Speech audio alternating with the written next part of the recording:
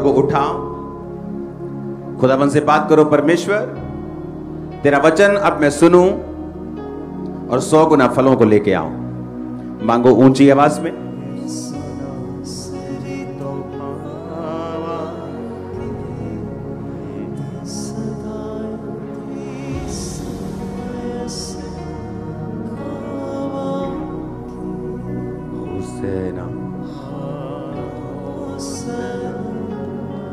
प्रभु यीशु मसीह के नाम में हम मांगते हैं। यहोजकेल की पुस्तक उसकी 14 आयत, जब चाहे उनमें नूह, दानियल और अय्यूब ये तीनों पुरुष हों तो भी वो अपने धर्म के द्वारा अपने ही प्राणों को बचा सकेंगे। प्रभु यहोवा की ये वाणी है। पुराने नियम में, नए नियम में आपने नबियों को, आपने परमेश्वर के प्रेरितों को, नए नियम में, पुराने नियम में नबियों को, नए नियम में प्रेरितों को, और परमेश्वर ने भी कई लोग बाइबल में ऐसे हैं जिनका नाम ले लेकर एग्जाम्पल्स दी हैं।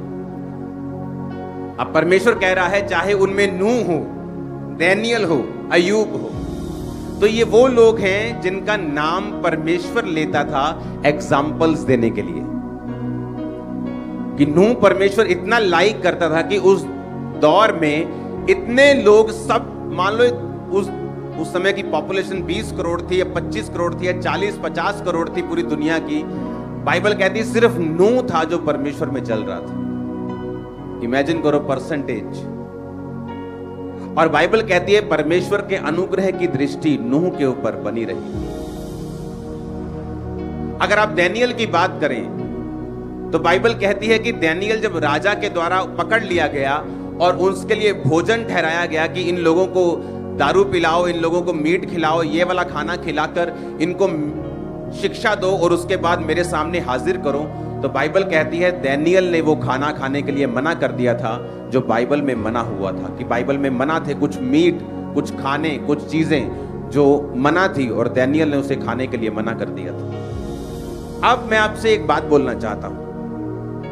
आज हम एक बंदे की अगर एग्जाम्पल ले लें, अगर हम दानियल की एग्जाम्पल ले लें, चाहे हम अय्यूब की एग्जाम्पल ले लें, चाहे नूह की एग्जाम्पल ले लें, तो क्यों परमेश्वर उनका नाम लेता था?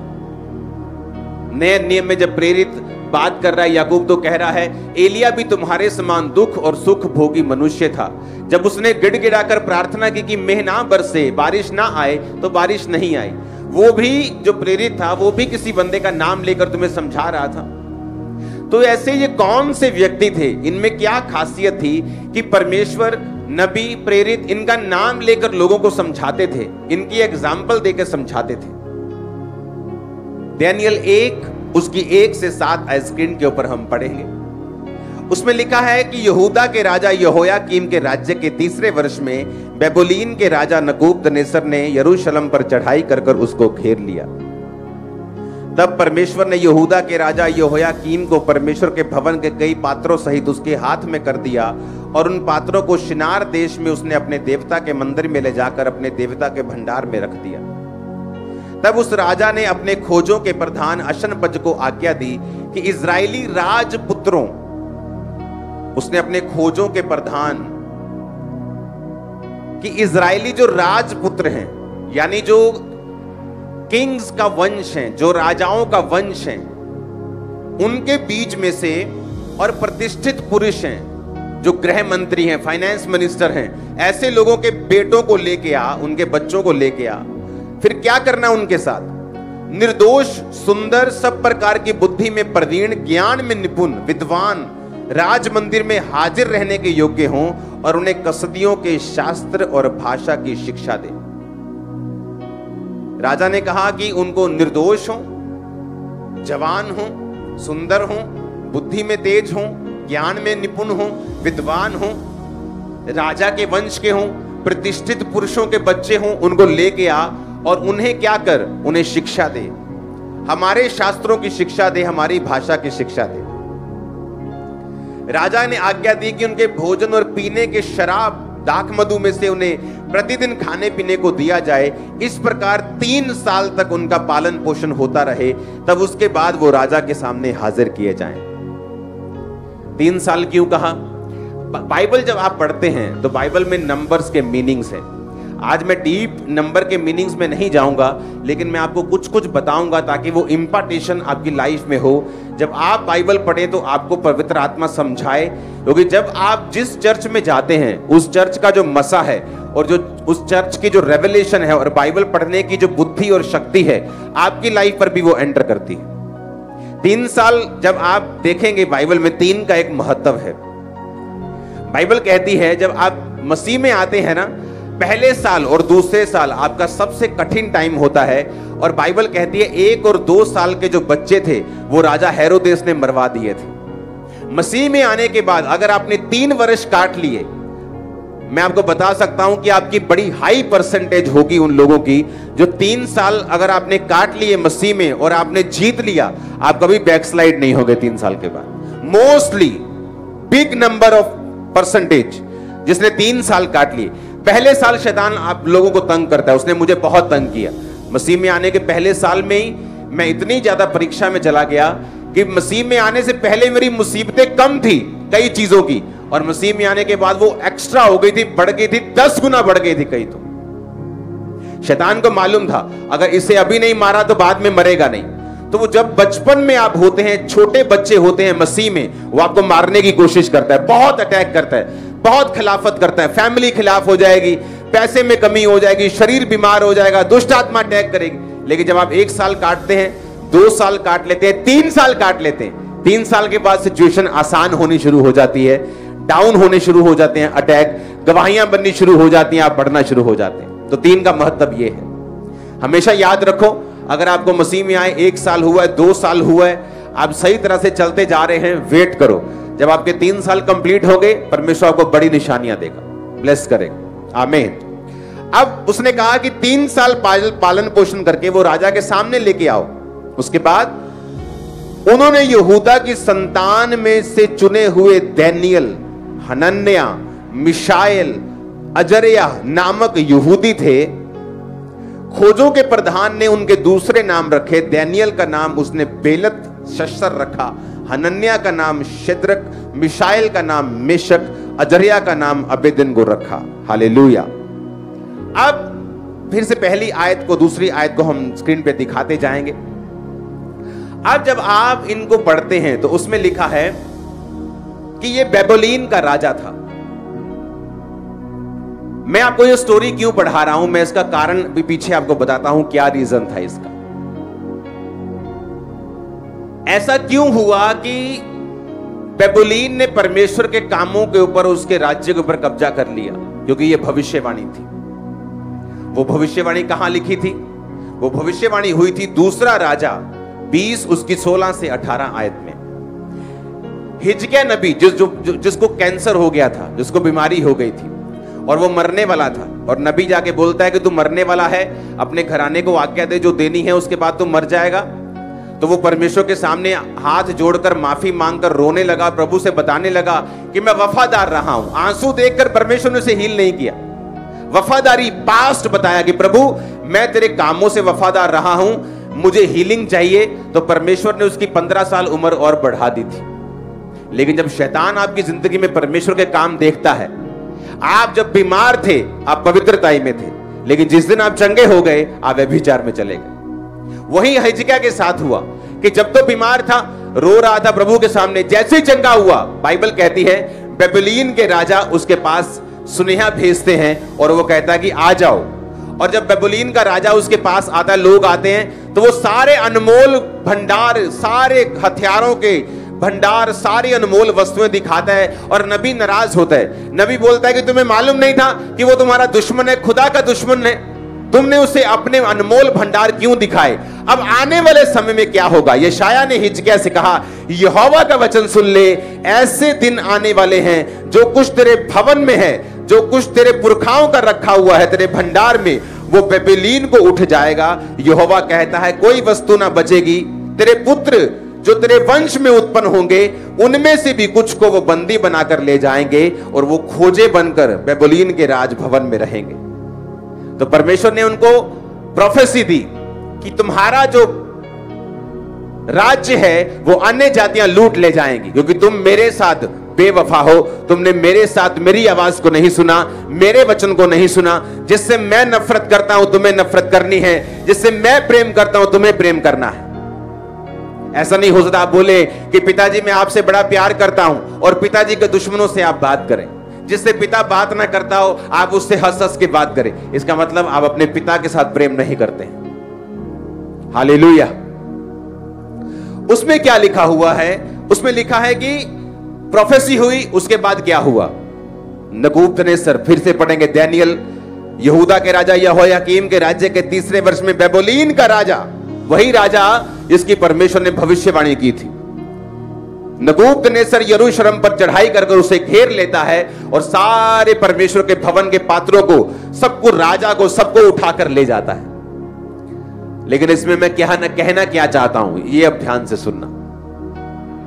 अब हमने ये समझ लिया कि अटैक क्यों हुआ, क्योंकि लोगों के मन में आता है कि अगर परमेश्वर का वो घर था, परमेश्वर का भवन था, परमेश्वर के लोग थे, तो अन्य जाति अटैक करके कैसे जीत सकती हैं। उसका रीजन ये है कि जब आप परमेश्वर से दूर होते हैं तो शैतान आप पर कब्जा करता है और लोग आपको नहीं, आपके परमेश्वर को निंदा करते हैं। जब इजरायली काबिल नहीं रहे और पहुंचे नहीं वहां पे कनान में, तो जो मिस्रियों के सामने वो निकले थे, उन्होंने मजाक उड़ाया कि लो जी वटियां वटियां गल्लां करके निकले सी, पहुंचे तो है नहीं।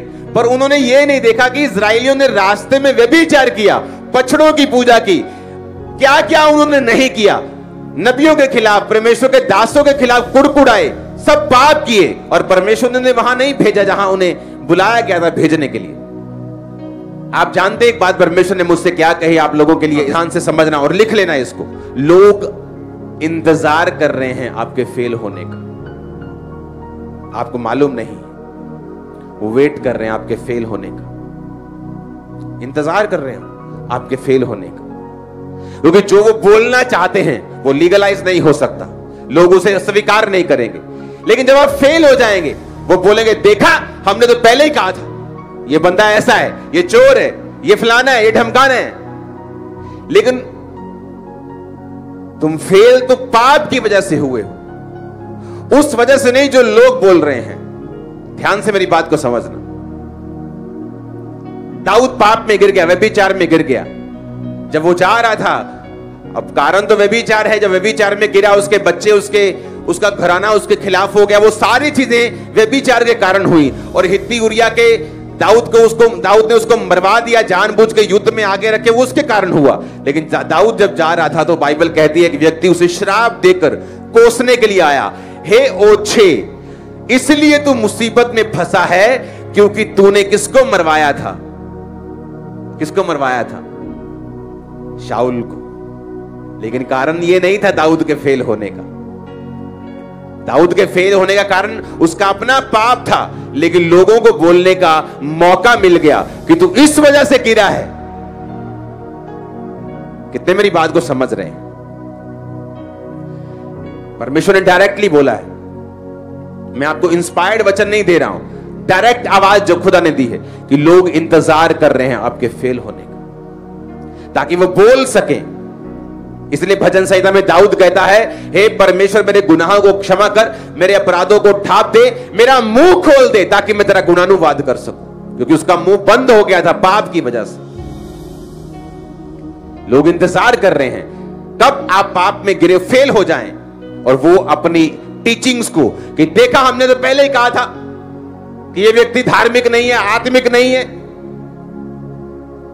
अब बात यह है, मैं क्यों कह रहा था कि परमेश्वर नूह का नाम क्यों लेता है, दानियेल का नाम क्यों लेता है, अय्यूब का नाम क्यों लेता है, एलिया का नाम, क्या खासियत है इन लोगों में कि वो इनका नाम लेके आपको मुझको समझाता है, प्रेरित समझाते हैं, लोग समझाते हैं। इंडिया टीम ने 10 मैच में से 10 मैच जीते कि नहीं जीते? हाँ, सारे मैचों पे कब्जा कर लिया। कोई टीम ऐसे लग रही कि सब बच्चे हैं इंडिया टीम के, कोई खेल ही नहीं रहा था उनके सामने। फाइनल में वो हार गए। इंटरनेट देखो क्या बोलता है उनके लिए, सब कमियां गिना रहे हैं। और 10 मैच में वो कहां थे? कहीं नहीं थे, चुप करके बैठे थे, क्योंकि जो नफरत थी वो उनके दिलों में थी। लोगों के दिलों में है नफरत, नेगेटिविटी, लेकिन उसे बाहर नहीं निकाल सकते जब तक आप सक्सेसफुल हो रहे हैं। और ये कोई मैच नहीं है जहां मालूम नहीं आप जीतेंगे कि शैतान जीतेगा। ये फिक्स मैच है जहां आप ही जीतेंगे इन जीसस ने। ये फिक्स मैच है, वो फिक्स नहीं था, कोई भी जीत सकता था, इंडिया ऑस्ट्रेलिया, बट ये फिक्स मैच, फिक्सिंग हो चुकी है कि तुम्हें जीतोगे। एक ही चीज है जो तुम्हें हराएगी, तुम्हारे शरीर के काम। शैतान नहीं, विरोधी नहीं, शत्रु नहीं, उनकी प्लानिंग नहीं, उनकी प्लॉटिंग नहीं। वो प्लान कर ले, प्लॉट कर ले, तुम्हारे खिलाफ बोल रहे हैं, शर्मिंदा होंगे और तुम्हें 10 गुना बढ़ता हुआ देखेंगे। वो कुछ नहीं कर सकते, कुछ नहीं, नथिंग, वो जीरो है खुदा के सामने। तुम कोई पॉलिटिशियन नहीं है, कोई तुमको लोगों ने खड़ा किया है और लोग तुम्हें नीचा कर देंगे। तुम्हें खुदा ने खड़ा किया है और वो तुम्हें खड़ा रखेगा इन जीसस नेम। आमीन, आमीन। लेकिन वो वेट कर रहे हैं कि तुम एक गलती करो और उसके बाद वो अपनी भड़ास को निकाल सके। अब हर व्यक्ति इंडिया टीम के लिए अपना लेक्चर दे रहा है। वो लेक्चर कहां था जब वो 10 मैच जीत रहे थे? वो लेक्चर नहीं था। लेकिन जैसे ही आप फेल हुए, विरोधियों को मौका मिला अपने दिल की भड़ास को निकालने का। ये कमी थी, ये घमंडी है, ये फलाना है। अब वो कुछ भी बोल सकते हैं क्योंकि मौका मिल गया, क्योंकि नेगेटिविटी लोगों के हार्ट में है। आज लोग उतना पॉजिटिव नहीं हैं जितने नेगेटिव हैं। आज विरोधी आपको देख रहे हैं, आपकी सक्सेस से जलने वाले लोग ज्यादा हैं। और वो क्या वेट कर रहे हैं कि कुछ हो जहां उन्हें बोलने का मौका मिले। मैं आपको खुदाबंद की इस कुर्सी में बैठा हुआ बता रहा हूं, भविष्यवाणी कर रहा हूं, वो सारी उम्र वेट करके मर जाएंगे, मौका नहीं मिलेगा इन जीसस ने, यीशु के नाम में। आमीन। आपके हाथ में है, ये विरोधी के हाथ में नहीं है। थैंक गॉड, आपके हाथ में, मेरे हाथ में। कैसे? मैं आपको बताता हूं। जब उस लाइन को पढ़ेंगे, तीसरी आयत को, उस राजा ने अपने खोजों के प्रधान, खोजे कौन होते थे मालूम है? अब मैं आपको स्टोरी बताता हूं। अब राजे को अपनी रानियों की रक्षा करनी है। अब राजे की रानियां होती थी 100, 50, 40, 35। अब एक पत्नी तो नहीं है आज के टाइम की तरह कि उसे सब कुछ अपनी पत्नी का मालूम है, वो इकट्ठे रह रहे हैं। तो रानियां होती थी 100, तो मालूम नहीं था कौन सी रानी क्या कर रही है। तो उनकी रक्षा के लिए और उनकी सुरक्षा के लिए और उनकी देखभाल के लिए उन्हें वो बंदे चाहिए होते थे जो शारीरिक रूप से मजबूत हों। अब शारीरिक रूप से हमें यह मालूम है कि परमेश्वर ने जेंट्स को, मर्द को मजबूत बनाया है, लेकिन उसे राजा को यह भी मालूम होता था कि अगर मर्द को मैं रानियों के पास रखूंगा तो कोई ना कोई बहकेगी और व्यभिचार करेगी। तो वो क्या करते थे, वो मर्द के अंगों को, गुप्त अंगों को काट देते थे और उन्हें खोजा बना देते थे। उन्हें खोजा बनाकर फिर वो रानियों की रक्षा के लिए उन्हें रखते थे, ताकि ताकत तो उनमें मर्द की सी हो, बुद्धि तो उनमें से हो, लेकिन वो कोई भी ऐसा कुकर्म उनके साथ ना कर सके। इसलिए उनके गुप्तांगों को काट कर वो खोजे रानियों के पास रख दिए जाते थे। अब मैं बात पे आ रहा हूं, ध्यान से समझना। जब भविष्यवाणी हुई थी कि बेबुलीन आएगा, सारे परमेश्वर के भंडार को ले जाएगा, और 18 आयत में लिखा है, तेरे पुत्र जो तेरे वंश में उत्पन्न, यानी राजाओं के वंश के जो पुत्र होंगे, वो उन्हें बंदी बनाकर ले जाएंगे और वो खोजे बनकर बेबुलीन में सेवा करेंगे। यानी उनके भी गुप्तांगों को काट कर, क्यों काटते थे मैं रीजन बताता हूं। उसके रीजन हो सकते हैं। पहला रीजन क्या हो सकता है कि जब आप दूसरे राजपुत्रों को लेके आएंगे, आप उनके अंगों को काट देंगे तो वो बच्चे पैदा करने में सक्षम नहीं है, तो उनका वंश एक तरह से खत्म कर दिया आपने। तो एक तो ये रीजन है। दूसरा रीजन ये है कि जब आप वो सेवा में काम करेंगे तो वो एक मन होके करेंगे। उन्हें मालूम है, ना मेरा बाप, ना मेरी माँ, ना मेरे बच्चे होने, ना मेरी पत्नी, तो मैं किसके लिए पैसा इकट्ठा करूं, किसके लिए मैं फालतू रिश्वतें लूं, किसके लिए मैं राजा के साथ बुरे गोष्ठी करूं, गद्दारी करूं। मैं यूं तो मुझे खाना पीना रहना सब अच्छा मिल रहा है, गवर्नमेंट जॉब है, तो उनके दिमाग को फोकस करने के लिए वो ये काम करते थे। अब मैं आपको तीसरी बात बताता हूं। आप इतिहास पढ़ लो, आप पूरी बाइबल खोज लो, आपको उन्हीं लोगों के नाम, मैं कह रहा हूं एक भी नाम पूरी बाइबल में हजारों सालों की हिस्ट्री में एक भी नाम आपको ऐसा नहीं मिलेगा जिस व्यक्ति के अंदर सेक्सुअल सिन की कमजोरी हो, जिसका व्यभिचार कंट्रोल में ना हो और उसे परमेश्वर ने बड़े काम के लिए इस्तेमाल किया हो, उसे विजन दर्शन दिए हों, वो लंबा चला हो। एक भी नहीं है। क्यों परमेश्वर डैनियल का नाम ले रहा है मालूम? क्योंकि डैनियल जो था व्यभिचार के पाप से कोसों दूर था। या तो वो खोजा बना के अलग कर दिया गया था, उसे मालूम था। अब वो तो खोजा था। पौलुस को देखो, वो खोजा नहीं था, वो मर्द था पूरा, लेकिन मैरिज नहीं की उसने। और अगर आप देखेंगे वो हेवन में गया, उसने दर्शन देखे, उसने विजन देखे। या जो लोग मैरिड थे और परमेश्वर ने उन्हें दर्शन दिए, वो सिर्फ अपनी वाइफ या अपने हस्बैंड के साथ ही वफादार थे और उन्होंने कहीं भी अपना मुंह काला नहीं किया। जिन्होंने इस पाप के ऊपर कब्जा नहीं किया, मैं आपको बता रहा हूं, परमेश्वर ने कभी भी उन्हें ज्यादा इस्तेमाल नहीं किया, ना ही उन्हें दर्शन दिए, ना ही उनके दिमाग को खोला है, ना ही अपने भेदों को उन लोगों के ऊपर जाहिर किया है। पूरी बाइबल खोल के देख लो। डैनियल हो सकता है, ये 100% श्योर नहीं है, लेकिन भविष्यवाणी के अनुसार जो की गई थी, ये पॉसिबिलिटी है, क्योंकि ना तो उसकी पत्नी का जिक्र है ना बच्चों का जिक्र है, कि हो सकता है वो खोजा बना दिया गया हो। पौलुस क्या कहता है? अगर तेरे पत्नी है तो उससे अलग ना हो, अगर पत्नी नहीं तो उसकी खोज ना कर, अगर मैरिड है तो अपनी पत्नी का ही हक पूरा कर, उससे अलग ना हो, अगर अनमैरिड है तो परमेश्वर को खुश करने की कोशिश कर। क्यों वो कह रहा है? क्योंकि जितने लोग आपको व्यभिचार के पाप में मिलेंगे, वो कभी भी परमेश्वर से डिवाइन विजन दर्शन नहीं ले सकते और कभी भी आत्मिक लाइफ में आगे नहीं बढ़ सकते। कितने मेरी बात को समझ रहे हैं? और शैतान सबसे बड़ा धोखा इसी लाइन में लोगों को दे रहा है। आप फेसबुक उठा के देख लो, आपको नंगी औरतें आराम से मिल जाएंगी। आप जस्ट अपना काम भी करेंगे, आपको नंगी औरतें वहां मिलेंगी। क्यों? शैतान पूरी कोशिश कर रहा है मैनकाइंड को इस पाप में घुसाने की। जो नंगे जो कपड़े आज से 15 साल पहले ब्लू मूवीज में दिखाते थे, अब वो लोगों के नॉर्मल कपड़े हो चुके हैं। अगर आप देखेंगे इंटरनेट, क्यों? शैतान चाहता आप इस सिन में घुसें, आप इस पाप में घुसें, और वो उस डिवाइन विजन को, लाइट को, रोशनी को, अगुवाई को, ग्रेस को आपकी लाइफ पर ब्लॉक करे और आप सिर्फ नाम के मसीही हो। आपकी लाइफ में कोई काम परमेश्वर ना कर सके, ताकि विरोधियों को आपके खिलाफ बोलने का मौका मिले। कितने मेरी बात को समझ रहे हैं? इस भविष्यवाणी के अनुसार जो दूसरा राजा में की गई और उस वचन के अनुसार जो डैनियल में लिखा है, उस वचन के अनुसार जो पौलुस ने लिखा है, उस वचन के अनुसार जो यूहन्ना प्रकाशित वाक्य में लिखा है, आपको यह बात समझ आएगी कि जो लोग इस पाप से दूर रहे हैं, परमेश्वर ने उन्हें ग्रेटली यूज किया है। अगर आप देखेंगे पुराने नियम में लोग कहां गिरे? व्यभिचार में। दूसरा, पैसों में। अगर व्यभिचार वाला हिस्सा उनका सही है तो पैसों में गिरने की कोशिश हो जाती है। अगर व्यभिचार में नहीं गिरे, पैसों में नहीं गिरे, आपने बहुत कुछ कवर कर लिया। अगर आप इन दो चीजों में नहीं गिरे तो।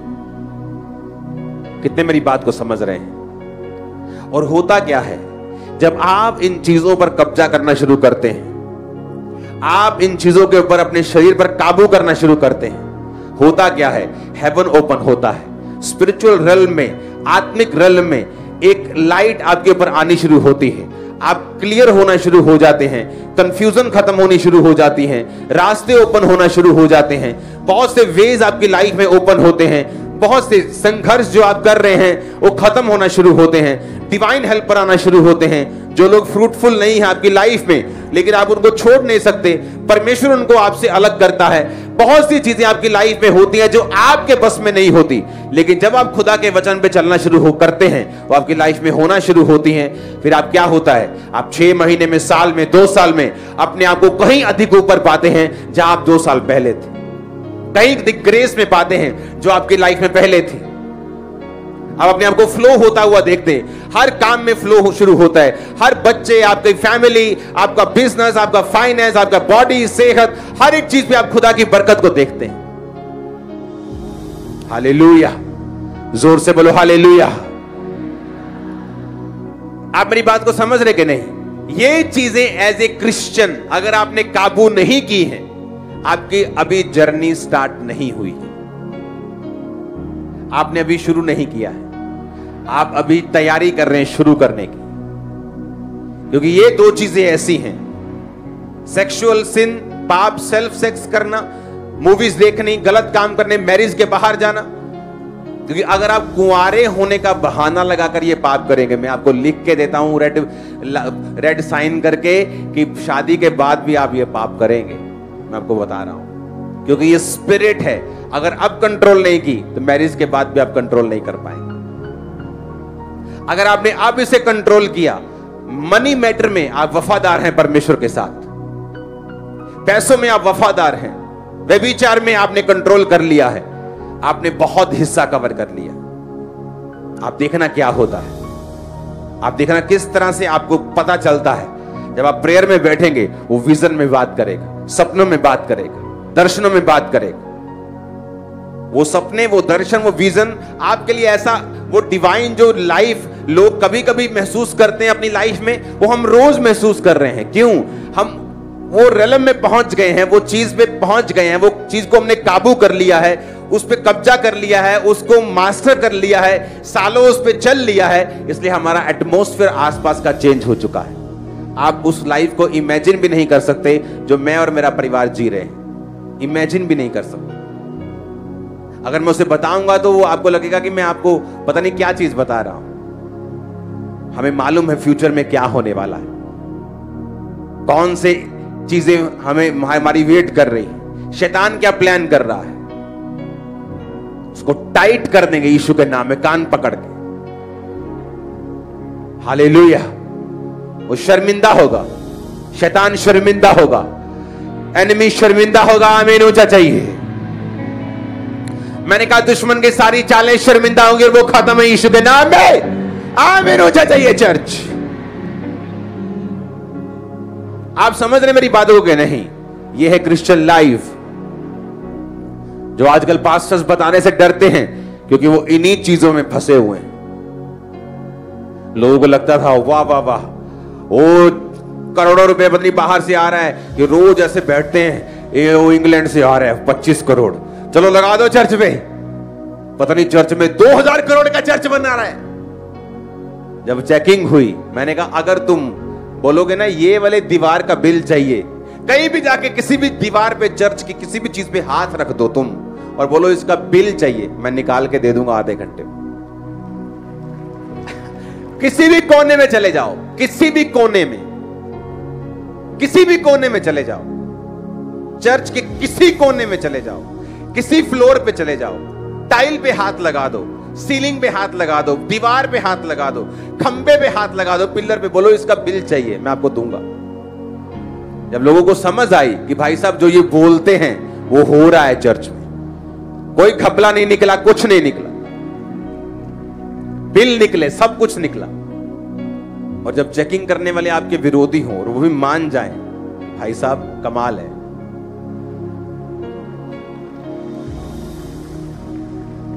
हालेलुया। अगर आपने व्यभिचार और पैसा इन दोनों पे मास्टर कर लिया, आपने कब्जा कर लिया, इसलिए इस सेवकाई में लोगों ने व्यभिचार किया, मैंने निकाल दिया। मैंने कहा अपने नाम के आगे तुम पास्टर भी नहीं लगा सकते, तुम कहीं और जाओ, वो तुम्हें बिशप बोल दे, मुझे कोई प्रॉब्लम नहीं, लेकिन यहां नहीं हो सकता। मेरा स्टैंडर्ड है खुदा के वचन के मुताबिक इस मिनिस्ट्री का। व्यभिचार में तुम कमजोर हो, पैसे में कमजोर हो, तुम यहां का हिस्सा नहीं हो सकते। इस विजन का हिस्सा नहीं हो सकते। मुझे वही लोग चाहिए जो मेरे जैसे हों, ताकि मैं बोझ उठा सकूं, काम कर सकूं। इसलिए अनइमेजिनेबल ग्रोथ है चर्च की। लोग समझ नहीं पा रहे हो क्या रहा है, और देखो आगे होता है क्या। जब संडे लोग देते हैं कि इस चर्च का एंड हजारों फुट में है, उनको यह नहीं मालूम कि एक इतना बड़ा ओवरफ्लो पीछे मैं तैयार कर रहा हूं अगले साल के लिए। मैं एडवांस में चल रहा हूं। हालेलुया। उसने इतना बड़ा हॉल कैसे भर सकता है? 5 लाख स्क्वायर फुट का हॉल कैसे कोई भर सकता है? वो अभी इसी इमेजिनेशन में है, और मेरा दूसरे लाखों स्क्वायर फुट का हॉल पीछे तैयार कर रहा हूं अगले साल के लिए। तैयारी शुरू हो रही है एडवांस में। आप बढ़ सकते हैं अगर आपने बाइबल के स्टैंडर्ड को फॉलो कर लिया। हर चीज का टाइम रखो अपने घर में। प्रेयर का एक टाइम है, अपने परिवार के साथ समय व्यतीत करना एक समय, एक टाइम है। वो टाइम निकल गया, प्रेयर का टाइम।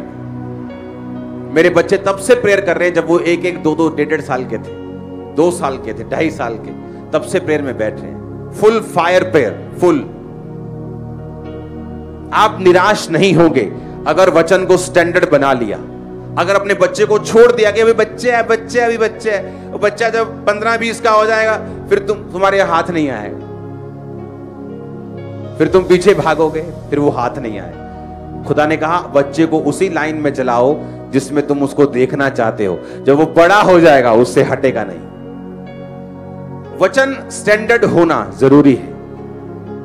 मैंने आपको 2 वर्सेस दिए हैं, इनको फॉलो करो। आपको बताया है कि क्यों परमेश्वर इनका नाम लेता था, क्या खासियत थी इन लोगों में। परमेश्वर क्या एक्सपेक्ट करता है आप लोगों से, मुझसे, कलीसिया से, नए लोगों से, पुराने लोगों से, क्या एक्सपेक्ट करता है, मैंने आपको बताया है। अगर आपने इन चीजों के ऊपर मास्टर कर लिया, आप अपनी लाइफ को इजी होता देखेंगे। एवरी ईयर इजी हो गए, हर मंथ इजी हो गए। लाइफ इजी के बाद इजी होती जाएगी, आसान होती जाएगी, ब्लेसिंग्स बढ़ती जाएगी, इजीनेस बढ़ती जाएगी। इतना फ्लो में आप चले जाएंगे कि लोग देखेंगे कि आप जीते कैसे हैं, ये कैसे पॉसिबल है, ये लाइफ कैसे पॉसिबल है, ये ग्रेस क्या है। मेरे घर में जब नॉन बिलीवर लोग मुझसे मिलने के लिए आते हैं, जो मेरा कोई ना कोई काम देख रहे हैं या मेरे साथ संबंधित हैं, वो अपनी भाषा में उस घर की प्रेज करके जाते हैं कि पता नहीं इस घर में वाइब्रेशन कैसी है। उनको मसे का नहीं मालूम, प्रेजेंस का नहीं मालूम, लेकिन वो अपनी भाषा में बताते हैं। एक नहीं, बहुत से जन जो हमारे घर में आते हैं। रीजन, परमेश्वर की प्रेजेंस, उसकी स्पिरिट। हालेलुया। लोग भी महसूस करेंगे आपकी ग्रेस को जो आपकी लाइफ के ऊपर होगी जब आप परमेश्वर के वचन को अपना स्टैंडर्ड बना लें। अगर आपका मोबाइल आपको गिरा रहा है, इसे ब्लॉक कर दो, फेसबुक डिलीट कर दो, इंस्टाग्राम डिलीट कर दो, डिलीट कर दो वो चीजें जो आपको लगता है कि अभी आपकी स्पिरिचुअल ग्रोथ का कारण नहीं हो रही, बल्कि आपको गिराने की कोशिश कर रही। फायदा आप ही का होगा। परमेश्वर तो अपनी जगह बैठा है, यहोवा परमेश्वर का सिंहासन लगा है, जीसस क्राइस्ट दाहिने हाथ बैठे, वो तो अपने सिंहासन पर हैं। स्वर्ग भी तैयार है, नरक भी तैयार है। आपका फायदा और आप ही का नुकसान है। कितने मेरी बात को समझ रहे हैं? अपने हाथों को उठाओ। Thank you Jesus.